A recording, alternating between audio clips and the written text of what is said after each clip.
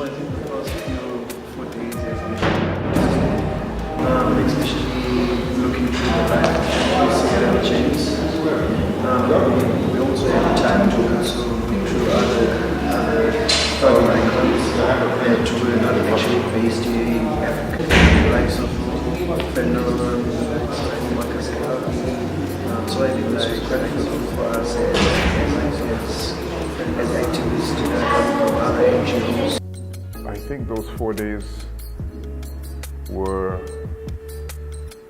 a reflection of what James intended his work to do. So we had these popular conversations with a range of people, workers, unemployed, students, former students, and some academics, and intellectuals.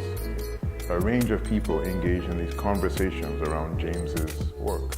That's what James intended, I think, as I said on Monday, increasingly James's work has become locked up in the ivory tower, which is novel in the sense that there was a time when James was not being studied in university, but now it's almost like the exclusive domain of the university, whereas James intended his writing to be popular.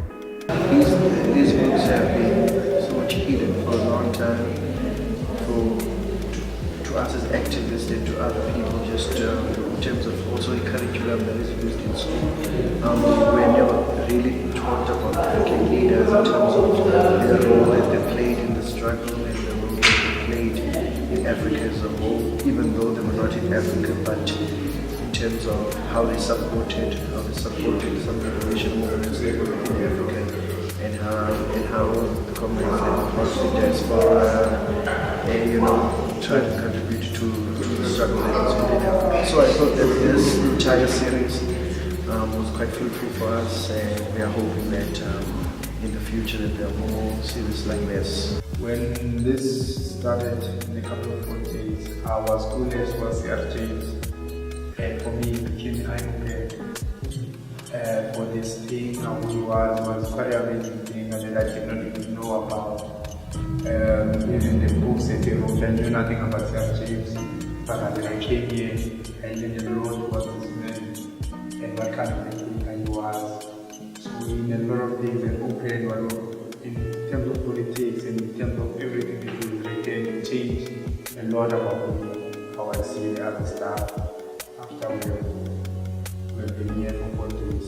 Given us the opportunity to learn new things that we did not know, especially about the books of C.L.R James, the Black Jacobins, and also his role that he played in terms of documenting a book about the people of Haiti and the struggle of Haiti and how the Haiti's revolution.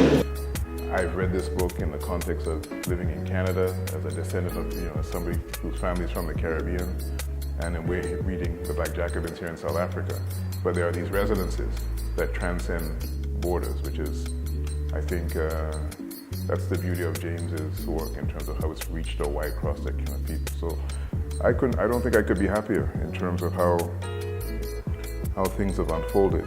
And I think I would say that I see it as part of the beginning of an ongoing conversation that maybe we will continue to have, but other people will continue to have, and it's part of that process of also, particularly given my understanding of what a lot of people who are part of the audience, what they do in their day-to-day lives, it's like feeding into, it's feeding ideas into what they're already practically doing.